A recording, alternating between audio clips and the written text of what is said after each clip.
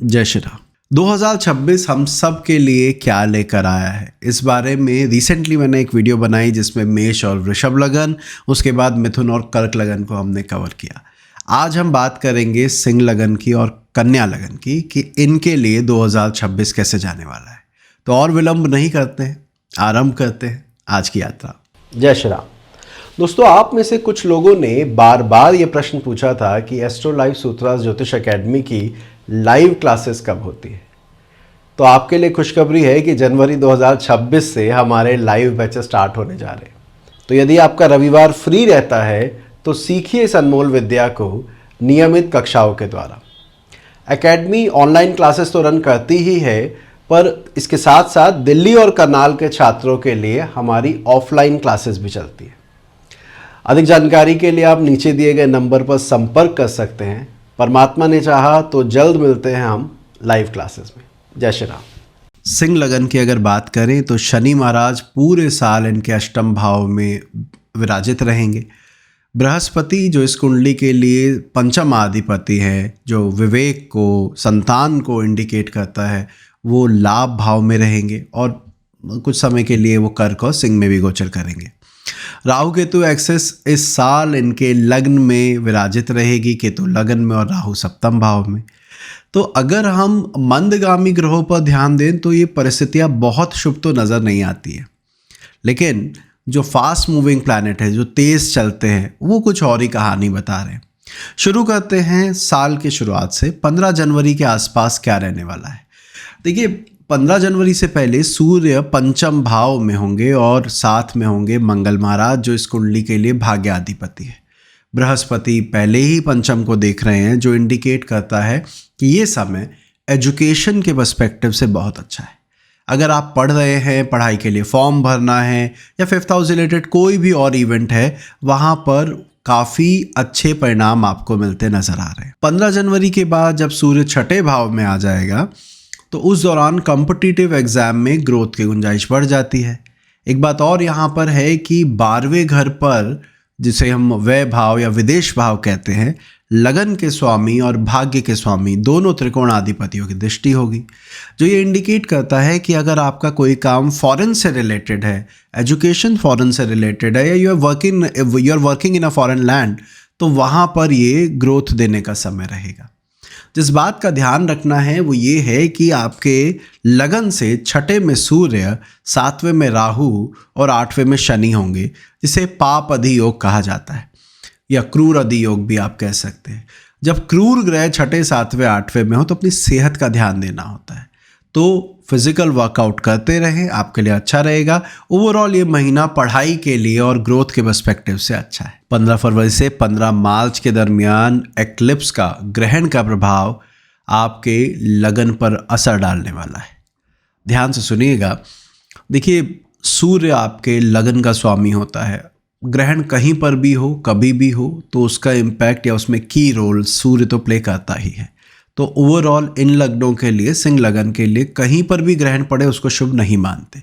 लेकिन जब वही ग्रहण लगन सप्तम को प्रभावित करे, जो आपकी कुंडली में अभी आने वाला है, तो वो ये दिखाता है कि इस समय निर्णय लेने की शक्ति आपकी क्षीण हो जाएगी।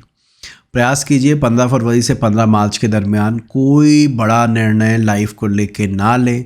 अगर लेना पड़ रहा है तो किसी और से सलाह मशवरा करके ही लें। इसके साथ साथ जो चीज़ें इस ग्रहण के बाद भी इस लगन को अच्छा रख रही हैं, वो है नवम भाव के स्वामी मंगल की लगन पर दृष्टि।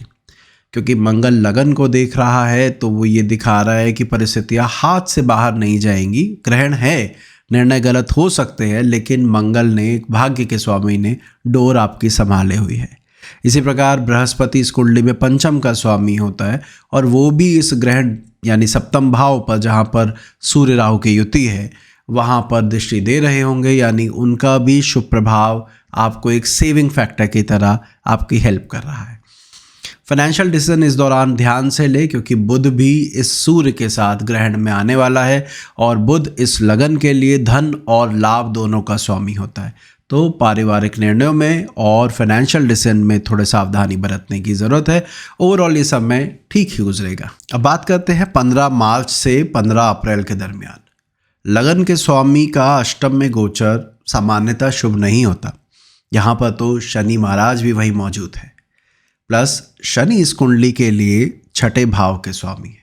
इसको अगर मैं सरल शब्दों में कहूँ तो लगन का स्वामी 8वें भाव में छठे के स्वामी के साथ, जो कि उसका मित्र भी नहीं है, गुजर रहा होगा। ये महीना थोड़ा सावधानी बरतने का है। जिन लोगों को आपको लगता है जो आपके खिलाफ शत्रुता का व्यवहार रखते हैं या आपके पीछे से षड्यंत्र रचने का विचार रखते हैं, उनसे थोड़ा सावधान रहिएगा। मौका मत दीजिएगा उन्हें कि आपकी गलती को वो चिन्हित कर पाए। तो एक तो ये परेशानी है कि लग्नेश का छठे भाव में 8वें के स्वामी के साथ होना, क्षमा कीजिएगा, 8वें में छठे के स्वामी के साथ होना शुभ नहीं होता है। तो इस अवस्था में हम यही बोलेंगे कि थोड़ा सा कॉशियस रहने की ज़रूरत है। अच्छी बात क्या है कि इस लगन में चौथे भाव का स्वामी मंगल होता है। वो अपने से चौथे चलेगा यानी सप्तम में, और बुध के साथ होगा। इस परिस्थिति में मकान या प्रॉपर्टी के लिहाज से कुछ अच्छी खबर सुनने को मिल सकती है। कहीं कोई प्रॉपर्टी का विचार कर रहे थे, कहीं से कुछ प्रॉपर्टी की बात चल रही थी, वो डील कन्वर्ट होने की संभावनाएं इस महीने में बहुत अच्छी है।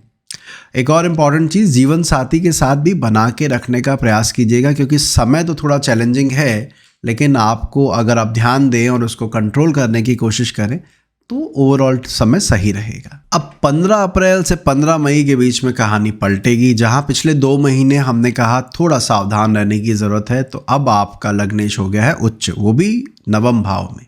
हर साल होता है, इस साल भी होने जा रहा है, और साथ में होंगे शुक्र महाराज काफ़ी हद तक इस यात्रा में। तो जो ये दिखाता है कि इस समय आपकी बात को वैल्यू मिलेगी। आप जिस ऑफिस में काम करते हैं, जिस प्रोफेशन में आप इन्वॉल्व हैं, वहाँ पर जो आप कह रहे हैं सामने वाला ध्यान से सुनेगा। आदर सम्मान बढ़ने के योग है। अगर आपका कोई प्रमोशन ड्यू था या कोई आपकी योग्यता के अनुरूप आपको ग्रोथ चाहिए थी, तो इस अवधि में वो देखने को मिलेगी। यहाँ पर जिस चीज़ का ध्यान रखना है वो है पिता की सेहत।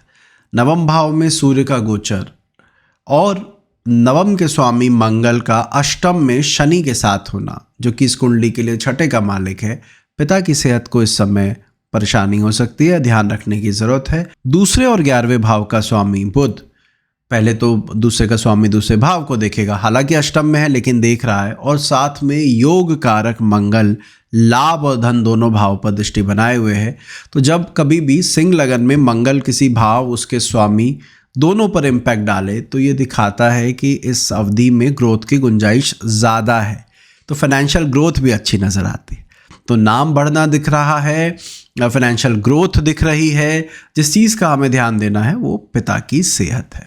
जो कहानी 15 अप्रैल से स्टार्ट हुई थी ग्रोथ होने की, ये वाला महीना भी यानी 15 मई से 15 जून की अवधि भी उसी कहानी को आगे और स्ट्रॉन्ग करते हुए बढ़ा रही है।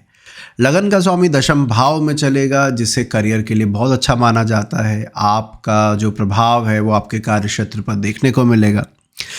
11वें घर का स्वामी दशम भाव में और दशम का स्वामी 11वें घर में, यानी लाभ और कर्म का राशि परिवर्तन भी ये दिखाता है कि इस अवधि में प्रोफेशनल ग्रोथ की गुंजाइश, इनकम की ग्रोथ की गुंजाइश ज़्यादा बनी रहेगी। एक बात और ध्यान रखिएगा, इस कुंडली में त्रिकोण के स्वामी सूर्य मंगल गुरु बनते हैं। अगर आप इस महीने ध्यान दें तो चौथे भाव से छठे भाव में मंगल, 7वें भाव में सूर्य और 8वें भाव में गुरु होंगे। तीनों त्रिकोण आधिपतियों का छठे, 7वें, 8वें आना भी प्रॉपर्टी को लेके एक अच्छी सूचना दे रहे हैं कि मकान वगैरह को लेकर कुछ अच्छी खबर सुनने को मिल सकती है। घर में कोई नई डिवाइस या कोई घर में नया सामान आ सकता है जो आपके लिए कारगर। किस बात का ध्यान रखना है, तो एक तो मैरिड लाइफ, क्योंकि हालांकि आप दशम भाव में हैं और बढ़िया बैठे हैं, लेकिन उसके बावजूद शनि की तीसरी दृष्टि आपके ऊपर बनी हुई है। इसका अर्थ है मैरिड लाइफ में थोड़ा सावधानी के साथ आगे बढ़े, बिना बात के झगड़े वाद विवाद से बचे, आपके लिए अच्छा रहेगा। और छोटे भाई बहनों की सेहत का भी विशेष ध्यान रखें, स्पेशली अगर वो आपके साथ रह रहे हैं तो। इन 2 चीज़ों का ध्यान देना है। बाकी ओवरऑल ये महीना बहुत अच्छा जाने के योग दिखते हैं। लगभग मिड जून से जुलाई तक सबसे पहले तो बृहस्पति महाराज उच्च के हो जाएंगे, जो कुंडली के पंचमाधिपति हैं। सामान्यतः सभी लग्नों के लिए इसको शुभ लिया जाता है, पर आपके लिए एक बात कही जाती है कि वहाँ जाने के बाद ये 8वें के फल ज़्यादा देंगे, क्योंकि 8वें भाव पर जिसे हम खर्चों का भाव कहते हैं, डाउनफॉल का भाव कहते हैं, सडन गेन का भाव कहते हैं, उस पर बृहस्पति की दृष्टि बनी रहेगी। इस अवधि में क्या नज़र आता है? खर्चे थोड़े ज़्यादा होते दिख रहे हैं, तैयार रहिएगा, थोड़ा हाथ खुलेगा आपका।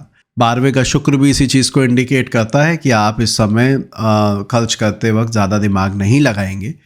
लाभ भाव में लग्नेश का चलना, साथ में धन भाव के स्वामी का होना, पैसा आ भी रहा है तो लग भी रहा है, दोनों चीज़ें दिखती है। फाइनेंशियल गेन हो रहा है तो कहीं ना कहीं यूटिलाइज होता नजर आता है। चौथे भाव पर इस कुंडली में वृश्चिक राशि आती है, जहाँ पर बृहस्पति की दृष्टि आ रही है। मंगल जो उस घर का स्वामी है वो भी उसे देख रहा है।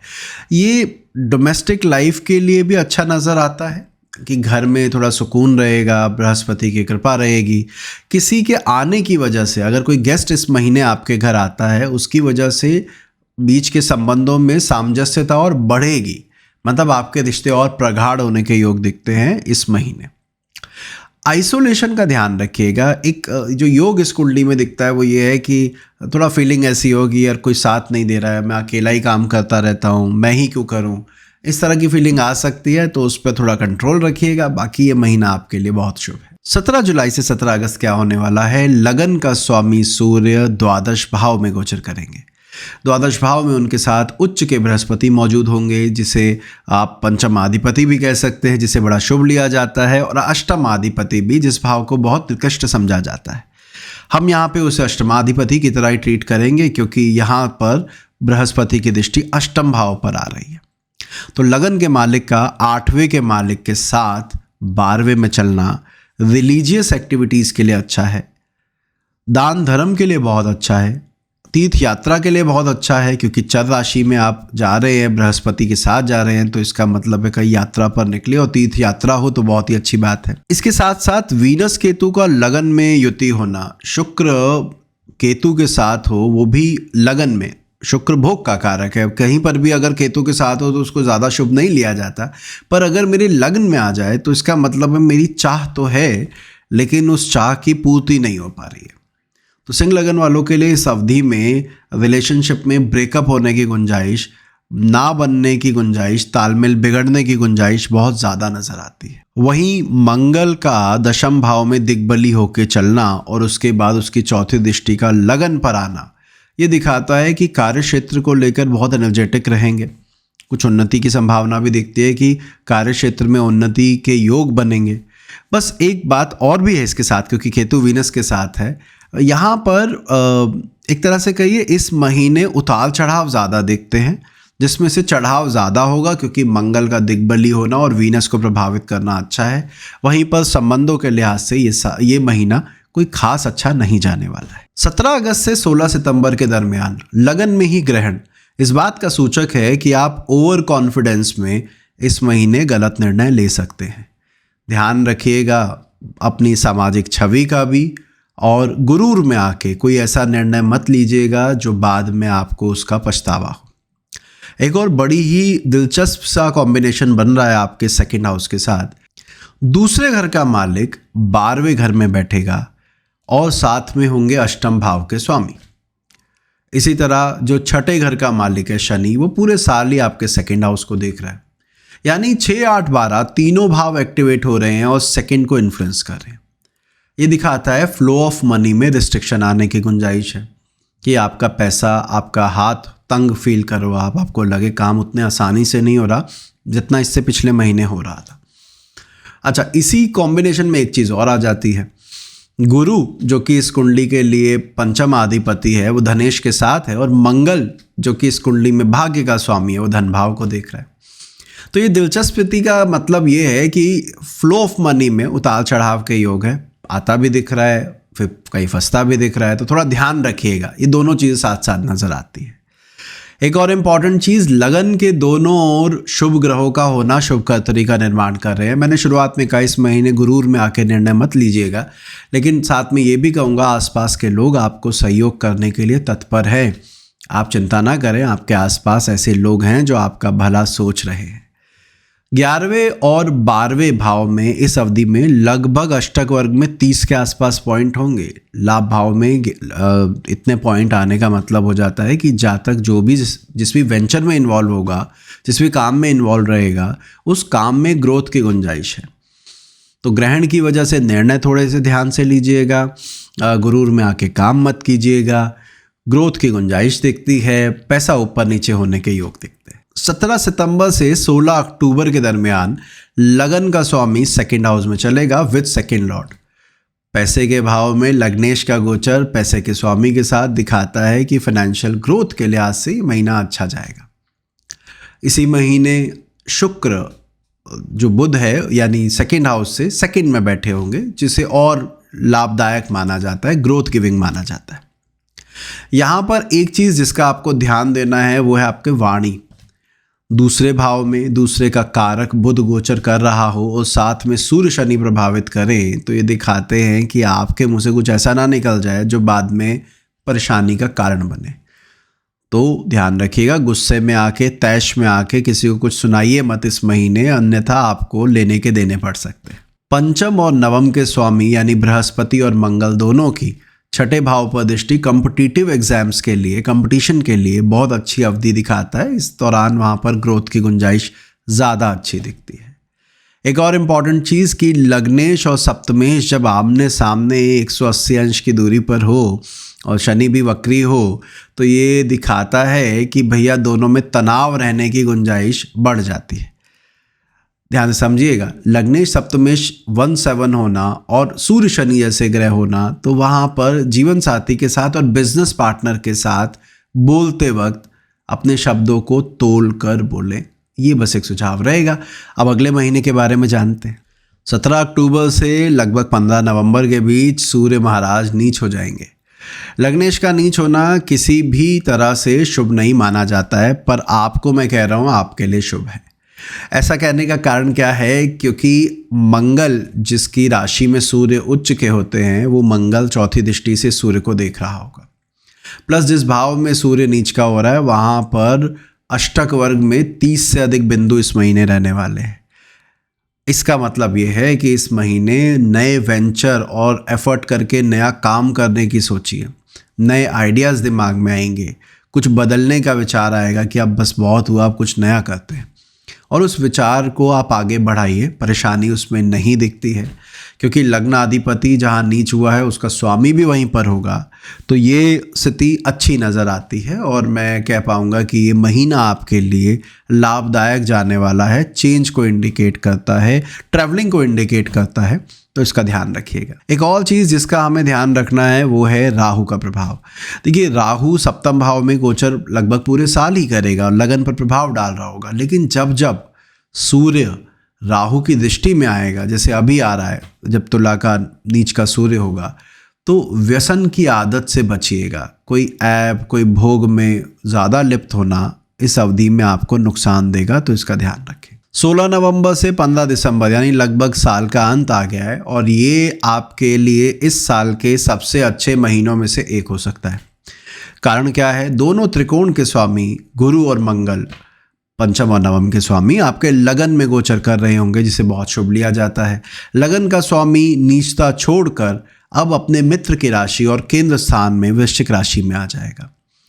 लग्नेश का और चतुर्थेश का राशि परिवर्तन ये दिखाता है कि इस समय अगर आपका काम रियल एस्टेट से जुड़ा है या आपका काम किसी ऐसे प्रोडक्ट से जुड़ा है जो घर में इस्तेमाल होते हैं, तो वहाँ उन्नति के भी योग है, आपका मान सम्मान बढ़ने के भी योग है, घर में शांति और वातावरण ओवरऑल अच्छे होने के भी योग दिखते हैं।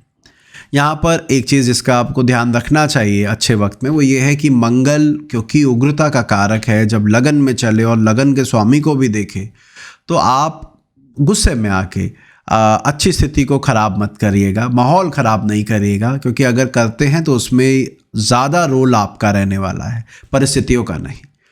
तो ओवरऑल ये साल सिंह लगन वालों के लिए अच्छा ही दिखता है। ओवरऑल तो शुरुआत के महीने भी बहुत अच्छे हैं, एंड में आके भी बहुत अच्छा दिख रहा है। बीच में कुछ महीने हैं जहाँ पर ध्यान देने की ज़रूरत है, जब जब एक्लिप्स का इम्पैक्ट आएगा तो इस लगन को ध्यान देना है। अब आगे बात करते हैं कन्या लगन के बारे में, जानते हैं कि उनके लिए 2026 क्या लेकर आ रहा है। कन्या लगन वालों के लिए इस पूरे साल पंचम का बुद्धि का स्वामी सप्तम भाव में गोचर कर रहा है दिग्बली होकर और लगन को देख रहा है, जिसे बेहद शुभ लिया जाता है।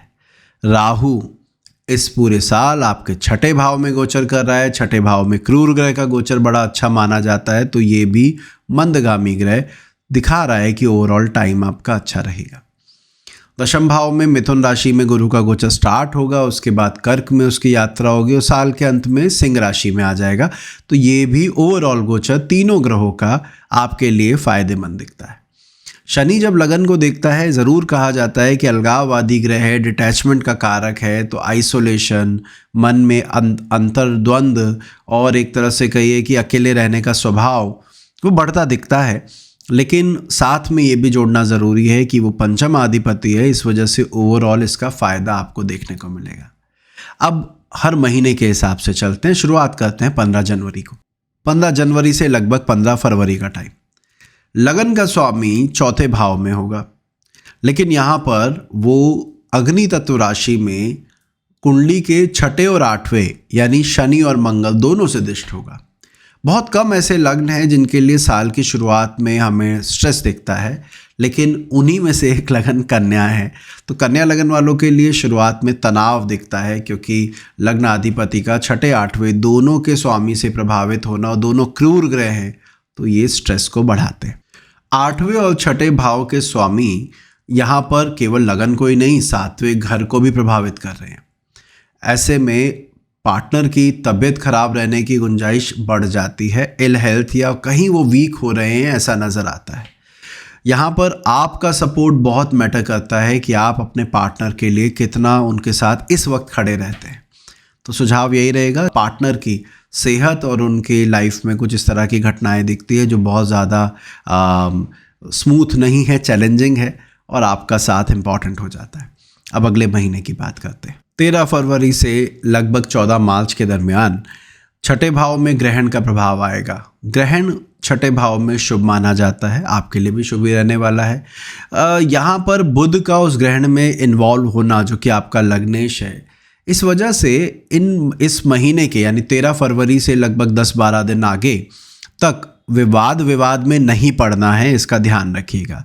अगर उस दौरान वाद विवाद हो तो बचाव रखना है। खर्चे थोड़े बढ़ते दिख रहे हैं आमदनी के साथ साथ, क्योंकि अगर मैं 12वें घर पर उंगली रखूं तो वहाँ से छठे, 7वें, 8वें तीनों जगह पर क्रूर ग्रह। किसी की बीमारी पर पैसा खर्च हो सकता है, प्रयास कीजिएगा खुद ही डोनेट करें किसी ऐसी संस्था में जहाँ पर बीमारों का इलाज होता हो, आपके लिए लाभदायक रहेगा। आगे बढ़ते हैं, अगले महीने के बारे में जानते हैं। जो शुरुआत के 2 महीनों में हमने टेंशन वाला माहौल कन्या लगन के लिए बताया था, कुछ वही परिस्थितियाँ तीसरे महीने भी कंटिन्यूटी में आती दिख रही है। लगन का स्वामी छठे भाव में चलना, वैसे तो कन्या लगन है, संघर्षों की आदत है तो कोई ज़्यादा परेशानी नहीं होती, पर यहाँ पर छठे में उसका साथ देने आ गए हैं मंगल महाराज जो अष्टम के स्वामी हैं।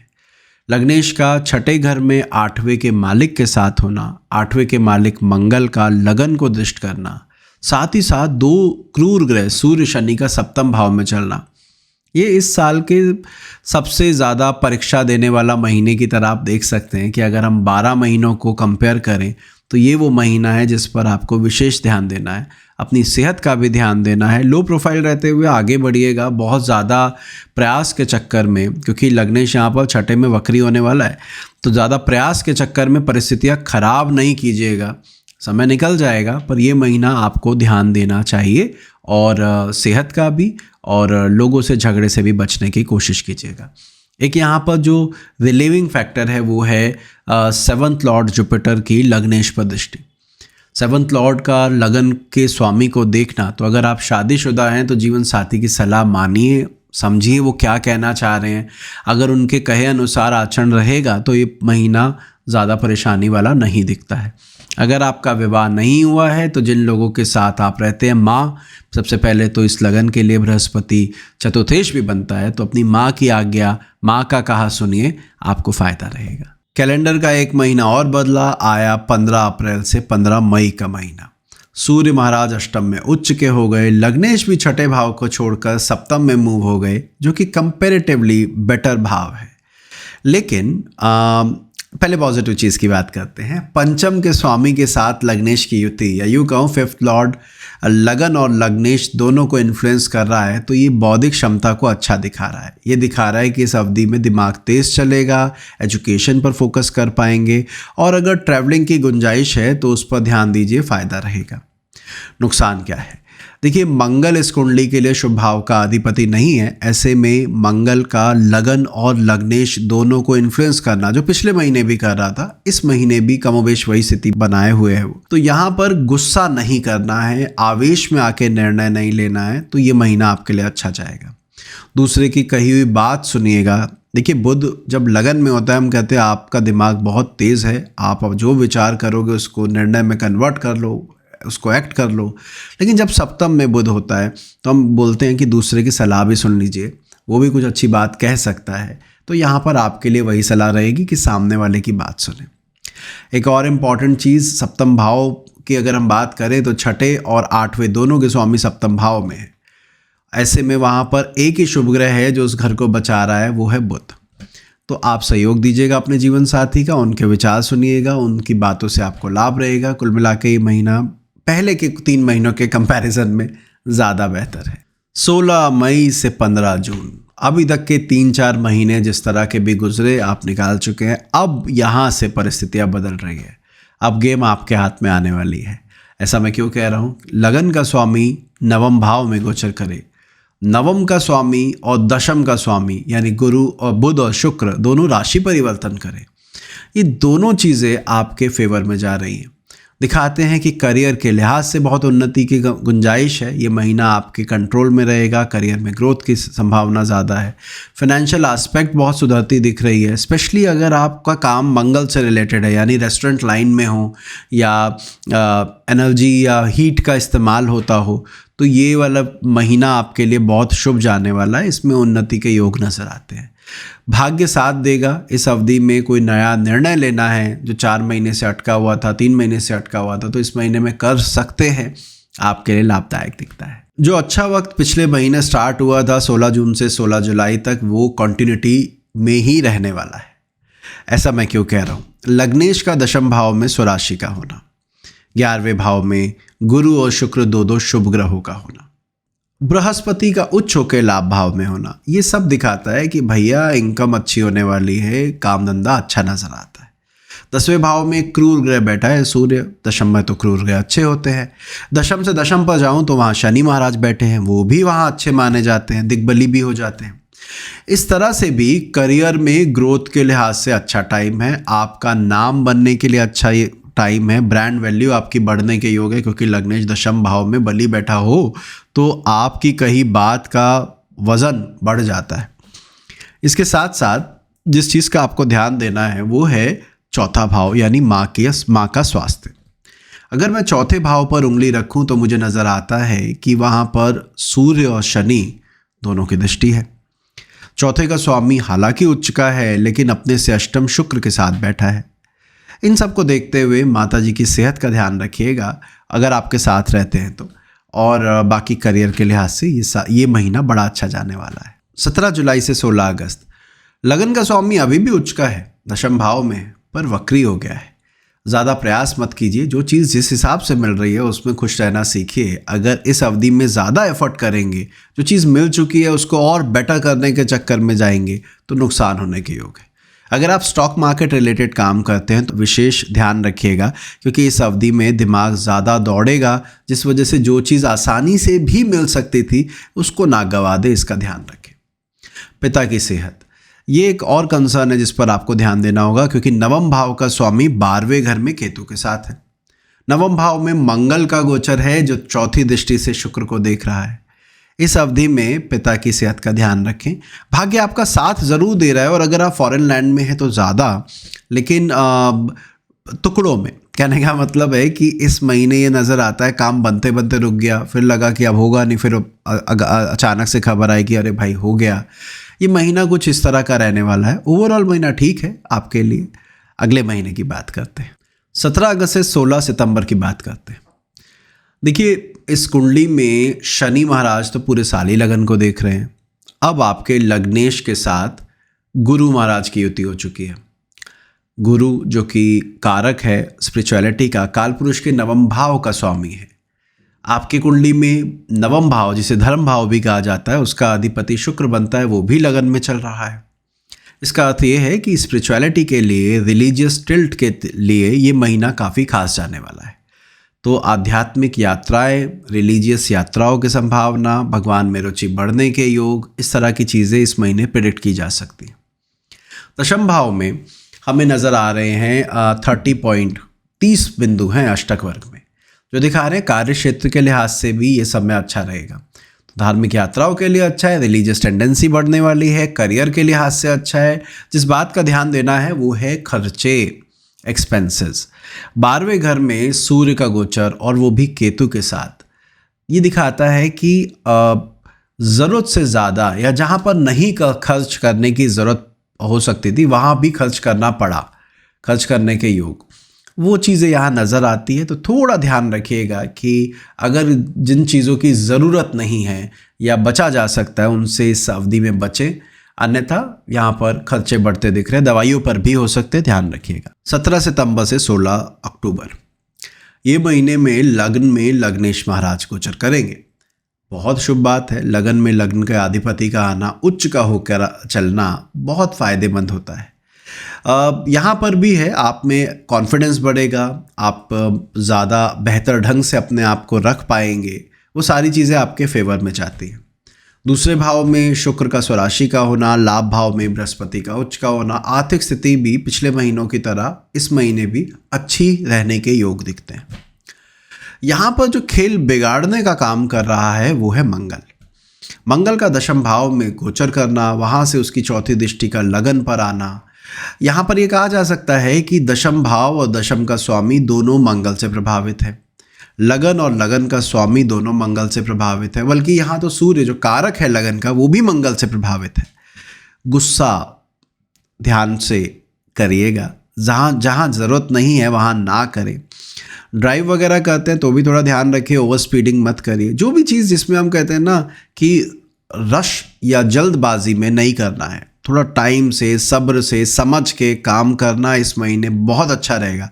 बाकी सारी चीज़ें बहुत अच्छी है, केवल ये मंगल यहाँ पे गेम को ख़राब कर सकता है, आपकी इस महीने को ख़राब कर सकता है। तो हमें ध्यान देना है कि हमारा गुस्सा नियंत्रण में रहे और कोई भी जल्दबाजी में काम नहीं करना है, आराम से करेंगे तो परिणाम आपके फेवर में रहेंगे। एक और इम्पॉर्टेंट चीज़, जब सूर्य शनि दोनों समसप्तक हो और कुंडली में लगन और सप्तम में हो, तो ये दिखाते हैं कि पार्टनर के साथ तनाव रह सकता है। इस समय अगर बिजनेस पे या काम पर ज़्यादा फोकस करें, डोमेस्टिक लाइफ को और इम्प्रूव करने के चक्कर में ज़्यादा प्रयास ना करें तो बेहतर रहेगा। अब आ गए हम 17 अक्टूबर से 15 नवंबर के दरमियान। इस महीने लगन का स्वामी सेकेंड हाउस में गोचर करेगा, सेकेंड लॉर्ड के साथ गोचर करेगा। बृहस्पति ऑलरेडी लाभ भाव में है, तो जो मैंने फाइनेंशियल स्टेटस पिछले कुछ महीनों में बताई वो यहाँ पर भी उसी तरह से नज़र आती है, कोई ज़्यादा परेशानी वाली बात नहीं दिखती है। दूसरे भाव में नीच के सूर्य का गोचर ये दिखाता है कि कोई पारिवारिक जिम्मेदारी में लगने के योग बनेंगे। कोई घर में ज़रूरत है जहाँ पर, वहाँ पर आप एफर्ट कीजिए, सपोर्ट कीजिए, उस सपोर्ट के योग कुंडली में नज़र आते हैं। जिस चीज़ का ध्यान देना है वो है आपकी वाणी। दूसरे भाव में बुध का होना, सेकंड लॉर्ड शुक्र का होना, उसके साथ सूर्य है, उस पर मंगल की चौथी दृष्टि भी आ रही है। यानी 2 अग्नि तत्व ग्रह मेरे वाणी भाव, वाणी के स्वामी, वाणी के कारक सब पर प्रभाव डाल रहे हैं। इस अवधि में अपने मुंह को खोलते वक्त थोड़ा ध्यान से, मिठास के साथ बात करेंगे तो अच्छा रहेगा। पिछले महीने हमने कहा था कि उग्रता, जल्दबाजी में नहीं आना है, यहाँ भी यही कहेंगे कि थोड़ा बोलते वक्त जल्दबाजी ना दिखाएं, सोच समझ के बोले, पहले बात को पूरी तरह समझें, उसके बाद रिस्पॉन्स दें, तो आपके लिए महीना अच्छा जाने वाला है। इसी महीने पंचम और नवम के स्वामी दोनों ही वक्री रहेंगे। देखिए, पंचम आधिपति और नवम आधिपति का वक्र तो शुभ माना जाता है, इवन इन गोचर उसको अच्छा मानते हैं। तो दिखा रहा है इस महीने किए गए प्रयास, एफर्ट लॉन्ग टर्म में आपको फ़ायदा देके जाएंगे। साल की शुरुआत में मैंने कहा था कि कन्या लगन वालों के लिए इनिशियल मंथ थोड़े चैलेंजिंग हो सकते हैं, पर परमात्मा की कृपा से जाते वाला महीना तो अच्छा जाने वाला है। ध्यान से अगर हम इस चार्ट को देखें तो समझ में आएगा कि नवम और पंचम के स्वामी यानी शुक्र और शनि दोनों लगन को इन्फ्लुएंस कर रहे हैं, जिसे बहुत ही अच्छा माना जाता है। दोनों त्रिकोणाधिपति लगन से संबंध बनाए तो घर परिवार से अच्छी खबर सुनने को मिले, संतान संबंधित अच्छी खबर सुनने को मिले। तो ये महीना उस लिहाज से काफ़ी अच्छा नज़र आता है। साथ साथ तीसरे और छठे भाव में क्रूर ग्रह, तीसरे भाव में इस समय सूर्य चलेगा और छठे भाव में राहु तो पूरे साल ही चल रहा है। तो तीसरे छठे में जब क्रूर ग्रह हो तो आप में भी जोश ज़्यादा रहता है, कुछ बदलने की, कुछ नया करने की समझ बढ़ जाती है और सामने वाले को मना करना भी आ जाता है कि नहीं, मैं ये काम नहीं करूँगा, ये मुझे सूट नहीं करता, मेरी पर्सनैलिटी को सूट नहीं करता। वो चीज़ भी आप में महीने के अंत में आती दिख रही है। जिस चीज़ का ध्यान देना है वो है आपकी मैरिड लाइफ, क्योंकि देखिए इस कुंडली में 7वें घर का स्वामी बनते हैं गुरु महाराज। वो खुद तो चले गए हैं द्वादश भाव में, साथ में बैठा है मंगल जो 8वें घर का मालिक है। वो मंगल अपनी 8वीं दृष्टि से सप्तम को वापस देख रहा है। इसमें क्या करेला नीम चढ़ा जिसे बोला जाता है, छठे का मालिक शनि ऑलरेडी क्योंकि सप्तम में बैठा है वो अपना प्रभाव देने में आतुर है ही, मंगल ने भी उसे एक्टिवेट किया। तो जीवन साथी की सेहत को लेकर तनाव दिखता है, उनको गुस्सा नहीं करना चाहिए, ध्यान रखिएगा। और ऐसा नहीं है कि उनकी लाइफ में कोई नेगेटिव रिजल्ट आता दिख रहा है, ये दिख रहा है कि ओवरऑल चीज़ें पॉजिटिव रहेंगी, लेकिन स्वभाव में और तालमेल में कमी आने के योग दिखते हैं इस महीने। बाकी ओवरऑल ये महीना बड़ा अच्छा है, या यूँ कहूँ ये पूरा साल कन्या लगन वालों के लिए अच्छा है, क्योंकि राहु का छठे में गोचर, पंचमेश का सप्तम में गोचर पूरे साल एक एंकर का रोल तो प्ले कर ही रहा है। आशा करता हूँ ये कंटेंट आपको अच्छा लग रहा हो। यदि लग रहा हो तो कमेंट सेक्शन में बताइएगा ज़रूर। मैं हर कमेंट पढ़ने की कोशिश करता हूँ कि इस वीडियो को लोगों ने कितना समझा, कितने ध्यान से सुना, तो मुझे बताइएगा। साथ ही साथ हम मिलेंगे अगले वीडियो में और बाकी लग्नों के बारे में बात करेंगे। अभी के लिए इतना ही रखते हैं, अपना ध्यान रखिएगा। जय श्री राम।